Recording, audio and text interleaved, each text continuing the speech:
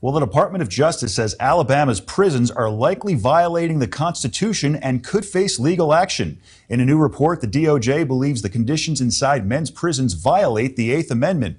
They discovered high rates of violence in the prisons, sexual abuse, and a failure to provide prisoners with safe conditions. We spoke with State Senator Cam Ward, who says the state is working to address this.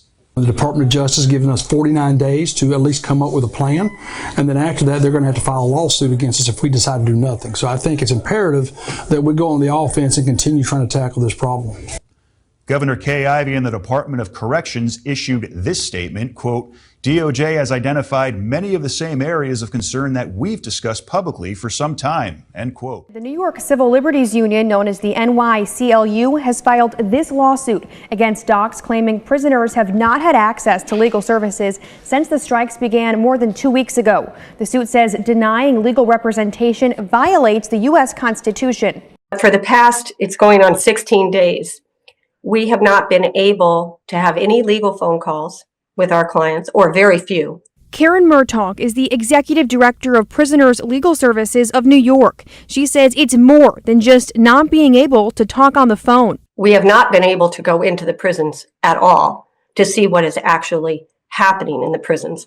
But we have gotten hundreds of panic phone calls from loved ones and family and friends about what they're hearing. The lawsuit mentions at least 5 examples of lawyers being unable to reach prisoners due to the strike. In one case, NYCLU attorney Megan Porter says a lawyer struggled to get in touch with a client ahead of a legal deadline. There's no clarity or guarantee that if a deadline comes up and they miss it because they can't access the client, if they can't get a client's signature on time that they need for, some sort of filing, or even if a client doesn't have the ability to get physically to their court date, because sometimes the client is required to appear in person at court, there's no guarantee that the court is going to give them a pass. Even though there is a lack of staffing inside prisons due to the strikes, Murtaugh says since thousands of National Guard members have been deployed to the prisons, legal representatives should be allowed in. But they do have enough staff to allow PLS to have a legal phone call, or to allow one attorney to come into the prison and sit in the visiting room. Officials from the Department of Corrections say they cannot comment, citing pending litigation. Hello, y'all. Welcome to Bam Bam Raw TV. I'm Bam Bam, a.k.a. the 411 Giant. Hey, hit that like button, subscribe, hit that bell icon so you know my next video coming out. Now, on this episode, I'm going to respond to individuals asking me, my YouTube family asking me, hey, what is the difference? Just give me an idea of codes and constitution in prison. And I'm like, the codes and constitution, they don't just be in prison. They should be in life. They're in the streets. They're in the workplace. They're everywhere. Your code and your constitution, and the codes and your constitution. Now, I'll do my best to break that down and make y'all understand according to the way I believe it and the way I lived it, been living it. All right, you in jail. There's things going on. These things are not. These are not things that you do. These are not things that you do. They're not things you participate in. You know why? Because it's not in your constitution. But in the code, these things are within the perimeter.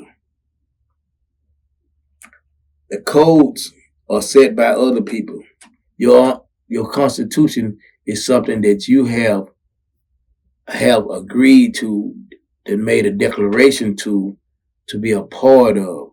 Like you say, to the Constitution of America, whatever.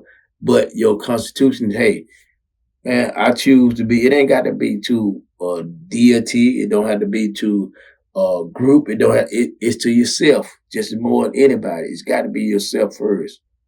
The Constitution got to be, me, Bam Bam, 411 Giant. My constitution is, I'm not going to do this. I'm not gonna hurt no old person. I'm not gonna do this here going on. I'm not gonna hit nobody in the back of the head. I never whooped anybody in restraints. I never whooped anybody handcuffed. I don't believe in it because of my short status.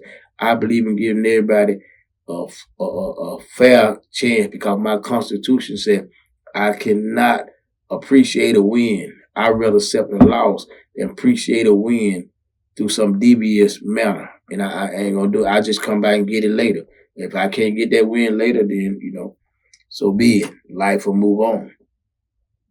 As long as I'm still alive, my Constitution has been upheld. Some people have died for their Constitution, but that's your Constitution. Your Constitution says, this is what I stand for. This is what I won't do. This is what I will do. This is what I will do in this situation. This is what I won't do in this situation. Sometimes they become in conflict things, but people got code. You go somewhere, I get to one penitentiary and the codes were different from the other.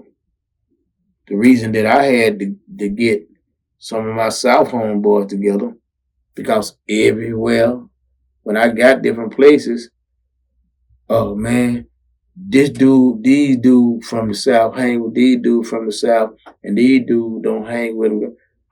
Man, I went out on the yard and said, let me tell you something. Anybody from the South that want to fool with me, you're going to fool with me. Get your paperwork, show your paperwork, or we'll have somebody look up your paperwork, then we can start talking. There was, and you are welcome to be part of the Constitution. But the code was saying, well, we don't do this here. We don't, no, I respect the code to a certain degree. The code do not govern me. It governs that environment. It governs that environment. I step into the environment. I say, okay, well, the code said I got to take my shoes off every time I come here, or I got to do this here every time I come. I can choose to go along with the code, or I can break it, because if it's not parallel with mine, if it's not going along with my Constitution, then it's not the code for me. So I'm not going to give my respect honor or whatever to a code that I don't believe in. Now that code may be good for y'all. It may be good for y'all, but it's not good for Bamm Bamm. And therefore I decline. I can't deal with that code, and I'm gonna crash it. So, but and God be my witness, people have certain things in play. They have certain things in play. And when I have got to places, they have said, they like, man, you got to do this here. We got to do this here. Oh, no, but not you. According to the law of the code, the enforcers of the code is supposed to go for everybody. So when I see that you exempt me from your code, I see that you really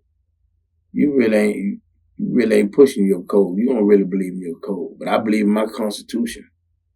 So my Constitution is stronger than your code. When I told you no, your code is only in effect when people submit to it. If I had a code established in these different environments, if a person violated, I'm going to punish them to death if necessary. That's your code. But my Constitution, each individual man or whatever he got his own Constitution of things that he won't do. And he should not. I'll go and to get this here. I'm gonna get to this story here. I don't like telling it because I'm pretty much tired of it. But in the federal prison, you go places. Your Constitution is what you said. This is what I allow. This is what I don't allow. This is what I will accept, and this is what I won't accept. And you stand on that because that's who you is. That governs you. Your Constitution governs you even when the things around you make you want to say, God dog, man, these niggas eating ice cream over here, they doing this, they doing all this here, man. God, man, I want some of that ice cream. But I can't kiss the warden ass. I can't kiss the lieutenant ass, so I'm gonna have to do without it. And I can live with that. And I'm gonna show this the situation that I'm talking about. My brother, my big brother died 2 years before I got out. Begged me to forgive him through my sister. Begged me to write him a letter to forgive him. Begged me all this and that. Even if I wanted to forgive him, I couldn't. Because if I have written him a letter based on the fact that he said that I could have him killed and I would, I would have him killed, and if he find out where I'm at, I find out where he at, that I can have him killed and I can have his family members killed and people he love. So how can I reach out to you? Because the last person I reached out to, they tried to give me 5 more years for intimidating the witness. Just for telling this dude, hey man, you just be straight up, tell the truth. You know what I'm saying? Tell the truth. You ain't never been with me when I did nothing. You ain't caught me doing nothing. You can't say that I didn't do that or not, but you ain't never been with me. That's all I'm telling you, tell the truth. He tried to give me 5 more years for that, for him intimidating the witness, for making contact with a witness. So since he was a witness, I could not make contact with him. But as it goes on, people say, well, how you feel about that? I feel be my brother. It's hard for me to have a brother that I love for 20-something years, and then I just say, oh, that don't exist no more. No. My constitution and my love for my family, because of the things that it would do to my family if I had done something to my brother, or if I had put a hit on my brother, what it would do to my family wasn't worth it. And I wouldn't do it out of love for my big sister and my rest of my family. So my constitution, though, said I cannot enable this type of activity supported in any manner or fashion. So that meant that if a dude was to kill him in front of me for the reason of being a snitch, I couldn't stop him, and I wouldn't stop him. My constitution would not allow me to stop him. And I mean, that's it. That's the difference between your constitution and the code. My constitution would not let my constitution put me in place, even when my heart and my feelings is out of place. My constitution put me there. I'm not gonna be with no woman who called the police on me. My constitution say she called the police one time in any situation, she'll never worry about me no more. That's my constitution. Don't mean I didn't like her, didn't love her, may still love her. But my constitution is gonna say, pack your stuff and be gone. Or kick her out and be through. That's your constitution. Your constitution overrides your feeling. Your constitution overrides what feels good. What it overrides what people are saying. Your constitution is going to override all that if you got a strong constitution. Now that's the thing now. Having a strong constitution. Having a strong constitution means having tears in your eyes while you watch something happen. It means having doubt in your heart when you have to do something. But the doubt is that this is what I'm constructed to do. This is what I have assigned myself to. In my country, you got some people, I see some dudes. I see some dude at the fast food place that I work. Them guys have a constitution for coming there and getting that breakfast ready for people, and getting that and getting the lunch ready for people. When they go into that mode, ain't nothing you can say to them mean nothing.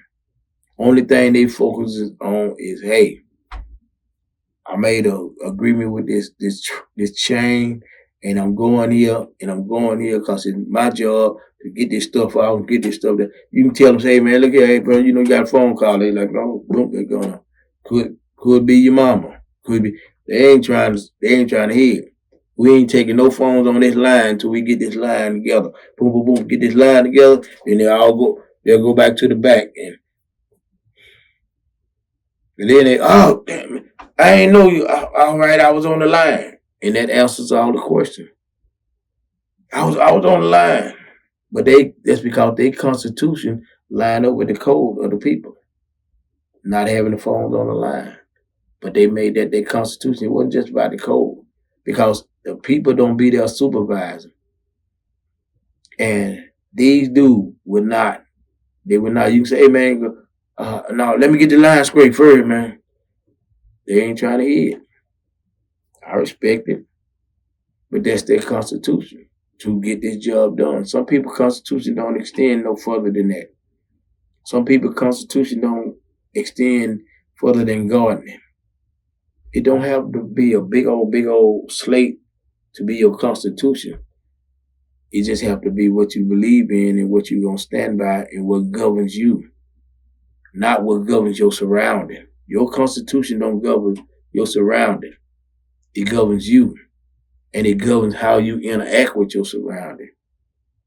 If somebody come here and throw some pork on your plate, and you're a Muslim, your constitution what they gonna do? You're gonna react accordingly. They may think they doing you a favor. You're not gonna say, okay, thank you, man, because I appreciate you doing that for me. No. Constitution gonna put that stuff on out there. This is who I am. I do not eat this. And I'm not going to eat this. I wouldn't care who give it to me. But, that's the difference between the code and the Constitution. Codes are made by other people to govern the areas and things they're into. So if you go into this unit, the code may be, hey, don't nobody touch the TV after 10 o'clock. Don't nobody do this. That's the rules, not the rule. The code may be, hey, everybody go in the TV room. They don't touch this. They don't do this. They don't do this. They put it on this channel at this time. They're doing this. Okay? That's the code.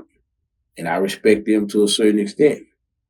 But if they got a hurricane going on, Hurricane Katrina is hitting Louisiana, and the code say 10 o'clock, they watch the big date. I'm going to have to go against that code because I'm going to need to know what's going on the news.